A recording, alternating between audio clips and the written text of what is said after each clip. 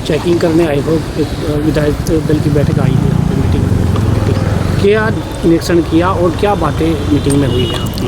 क्योंकि धन्यवाद। एक तो देखिए जो ये हमारे हरियाणा का एक सबसे बड़ी संस्था पहला पीजीआई हॉस्पिटल जो अगर आया था तो हमारे ये रोहतक के अंदर बहुत पुराना है और इसमें पूरे हरियाणा से लोग आते हैं। हम आज यहाँ हमारी कमेटी का टूर था, हमने यहाँ काफ़ी खामियां मिली, चाहे वो स्टाफ की थी, चाहे स्टाफ नर्स की थी, चाहे डॉक्टर्स की थी, चाहे फैकल्टीज़ की थी, चाहे बिल्डिंग की थी, चाहे हमारे MRI मशीन थी, कैंसर मशीन थी। काफ़ी जो कमियां यहाँ थी, जो काफ़ी प्रोजेक्ट जो अधूरे पड़े हैं, जो काम नहीं हुए, चाहे वो डॉक्टरों के रेजिडेंस हैं, चाहे वो अपना शवगृह है, अपने OPD का है, विश्राम गृह है, काफ़ी ऐसी चीज़ें थी जिन पे पूर्ण रूप से हमने रिव्यू इसका किया, जो पिछले कई टाइम से जो पेंडिंग पड़ा है, रेजिडेंशियल डॉक्टरों का रेजिडेंशियल था, तो उसके लिए हमने काफ़ी यहाँ समस्याएं जो मिली। उसके साथ साथ जो हमें मेन जो गंभीर समस्या, अब ये देखिए हमारे यहाँ 2200 बेड है, 2200 बेड जिस हॉस्पिटल में हों और उसमें 1350 नर्स हों, तो आप इस बात से अंदाज़ा लगा सकते हैं कि वो कितने डिस्टर्ब और कितने मरीज़ की सेवा कर सकते हैं। जो 1350 मरीज़ 50 नर्सें हैं, क्या वो 2200 बेड के हॉस्पिटल जहाँ हो, या कम से कम 6000 स्टाफ नर्स होनी चाहिए, डॉक्टर्स होने चाहिए। डॉक्टरों की बहुत ज़्यादा कमी है, नर्सों की कमी है। उसके साथ साथ बड़ी ब्रिमना एक और देखिए, यहाँ के आप टॉयलेट चाहिए, बाथरूम देखिए, बंदा अंदर घुस नहीं सकता। OPD की जहाँ जगह हैं वहाँ बैठने की जगह नहीं है। तो इसमें काफ़ी प्रोजेक्ट जो पूरे नहीं हो पा रहे बजट की कमी से। हमने चेयरमैन हमारे कमेटी के थे, माननीय मुख्यमंत्री से इस विषय में मैं मिलूँ भी गा, और कुछ जो क्वेश्चन भी हैं मैं विधानसभा में भी लगाऊंगा। जो हमारी फैकल्टी यहाँ पूरी नहीं हो रही हैं उनको हम जल्दी से जल्दी बजट दे के पूरा किया जाए। उसका दूसरा मेरा खुद का मुद्दा था, कुछ मेडिसिन ऐसी हैं जो हॉस्पिटल में उपलब्ध नहीं है, पेशेंट दर दर की ठोकरें खा रहे हैं। मैंने यहाँ के जो MD जो DN थे, जो कुलपति थे, उनको मैंने बिल्कुल इसके लिए टाइटली कहा है कि आप जो पेशेंट यहाँ जो मेडिसिन की पर्चियाँ यहाँ से जाती हैं मेडिकल स्टोर पे और वो दवाई यहाँ से वो वापस जाती है। मुझे पता लगा है मरीजों से भी कि यहाँ बड़ा गोलमाल है, यहाँ घोटाले है, ये बड़ा घोटाला, मैं इस बात को कह रहा हूँ। और मैंने मीटिंग में भी कहा है, तो मैंने सबसे मांग की है कि आप जिम्मेवार हो, दोनों पोस्टों पे, बड़ी पोस्टों पर बैठे हो आप। ये जो कई बार क्या होता है, गरीब आदमी को जो वेंटिलेटर की ज़रूरत होती है तो वेंटिलेटर नहीं मिलता है, और आप हमारे जैसे जनप्रतिनिधि भी रिक्वेस्ट करेंगे, नहीं मिलेगा। और यहाँ ऐसे ऐसे दलाल घूमते रहते हैं एम्बुलेंस के माध्यम से, इस तरीके से जो 50,000 रुपये दिए, 20,000 दिए, आपको वेंटिलेटर मिल जाता है। तो वेंटिलेटर कहाँ से आता है? तो यहाँ पे वेंटिलेटर की भी काफ़ी कमियाँ हैं। काफ़ी मेडिसिन जो है यहाँ जो गोलमाल होता है, जी सर्जरी की मेडिसिन है कि और किसी की, तो इस प्रकार से जो यहाँ एक मकड़ जाल, यहाँ बाहर जो कुछ ऐसे लोकल जो कोई एम्बुलेंस के माध्यम से, कोई किसी के माध्यम से, कोई मेडिकल स्टोर के माध्यम से, तो ये यहाँ कहीं ना कहीं मुझे जो बू आती है वो भ्रष्टाचार की बू आती है। और मैं माननीय स्वास्थ्य मंत्री से मैं रिक्वेस्ट भी करूँगा कि वो स्वयं आए यहाँ पे और यहाँ पे जांच करें।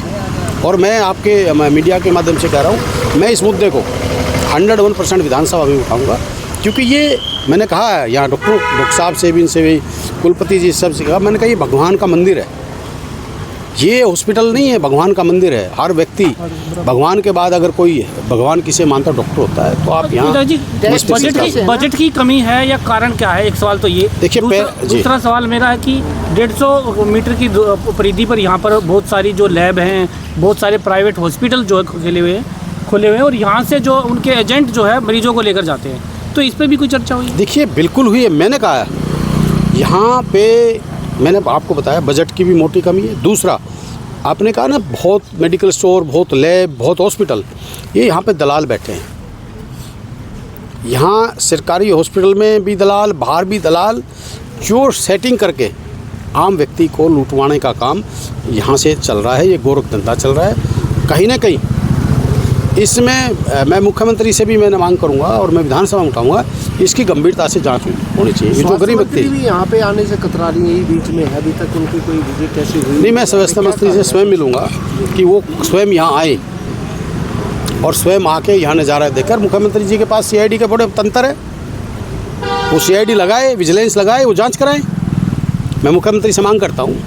तो ऐसा तो नहीं है कि अभी तक रिपोर्ट ना जारी हो, क्योंकि सारा सब कुछ डॉक्टर से यहाँ से फ़ोन कर रहे हैं बार बार, CID भी है, विजिलेंस भी है जी, क्या दिक्कत क्या है? देखिए मैंने ये मुद्दा उठाया, मैंने कहा डीन साहब और कुलपति साहब, यहाँ एक हाईलाइट मामला हुआ MBBS भर्ती घोटाले का, क्या कारण है? मैंने उठाया ये मुद्दा। मैंने मुद्दा उठाया कि यहाँ जब जो कुलपति जो भी लगा, जो मेंबर हैं वो उसी के मेंबर है, उसी कोई आपने मतलब पूरी प्रतिक्रिया क्यों नहीं, उसमें प्रक्रिया क्यों नहीं हुई? तो कई चीज़ें हैं, हर चीज़ है, गवर्नमेंट के पास CID है, बहुत बड़े तंत्र हैं। तो यहाँ पे मैं कह रहा हूँ, मुख्यमंत्री जी से मैं मांग करता हूँ कि ये जो मकड़ जाल है यहाँ का, इसको तोड़ें और आम गरीब व्यक्ति, आम जनता जो अपने घर से परेशान होकर यहाँ आते हैं, उनको बचाने का काम करें। अच्छा, बजट की बात की आपने, 20 फरवरी को जो है बजट की तैयारी करी है यहाँ सरकार, किस तरह से देखते हैं, वो क्या उम्मीद है? देखिए मैं उम्मीद करता हूँ, माननीय मुख्यमंत्री जी खुद वित्त मंत्री हैं, सबसे बड़ी 3-4 चीज़ें हैं, एजुकेशन, हेल्थ, किसान और युवा, मिडल बिजनेसमैन। सबसे रीड ये होती है, चाहे वो रोज़गार की बात हो, चाहे वो एजुकेशन। अगर हमारी एजुकेशन अच्छी है तो हमारा युवा आगे जाएगा, हमारी हेल्थ अच्छी है, अगर हमारी फैकल्टी अच्छी है, डॉक्टर अच्छे हैं, अगर हम स्वस्थ रहेंगे तो हमारा दिमाग भी स्वस्थ रहेगा, हम आगे ऊर्जा से बढ़ेंगे। हमारे बच्चों को अगर रोज़गार मिलेगा तो हम मजबूत होंगे। हमारा किसान और मजदूर, जय जवान जय किसान जय मजदूर का जो नारा है, अगर वो तीनों चीज़ हमारी मजबूत होंगी तो हमारा देश और प्रदेश आगे बढ़ेगा। अगर इन्हीं का इस बजट में कुछ नहीं रखा गया ख्याल, तो फिर तो देश भी कमज़ोर हो रहा है और प्रदेश भी कमज़ोर है। आज देश की स्थिति क्या है? आज आंकड़ों में तो देश हमारा पता नहीं कहाँ का पहुँचा रखा है, पर जो देश की हालात है वो कहीं ना कहीं जो बजट आया है, इसमें किसान को भी कमज़ोर करने का काम किया, देश को भी कमज़ोर करने का काम किया, सेना को भी कमज़ोर करने का काम किया, युवाओं का जो रोज़गार की बात थी उसको भी कमज़ोर करने का काम किया। लेकिन भारतीय जनता पार्टी के जितने भी नेता हैं वो तो ये कह रहे हैं कि राहुल गांधी बेवजह मुद्दा बना रहे हैं, कोई मुद्दा ही नहीं। चलो मैं तो कहता हूँ उनको सद्बुद्धि दे।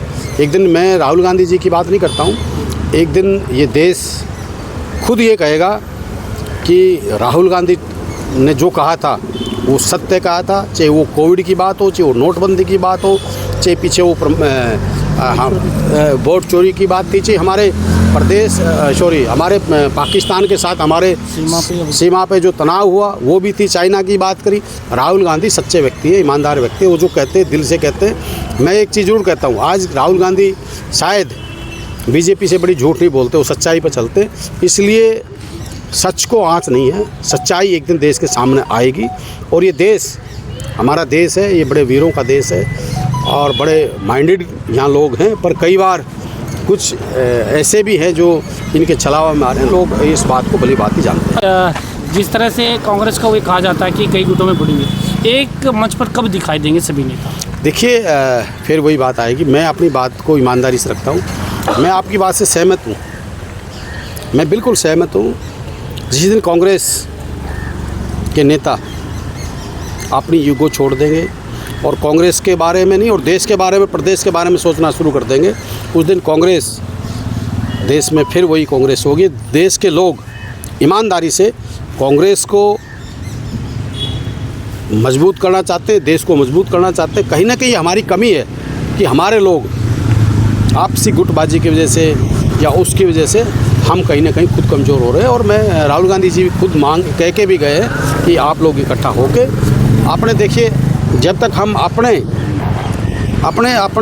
राग को हटा के और पार्टी की सोचेंगे तो हम मजबूत भी होंगे। अगर हम अपने तक सीमित रह के अपनी ईगो में रहेंगे तो वास्तव में चाहे वो कोई भी पार्टी हो वो कमज़ोर होती है।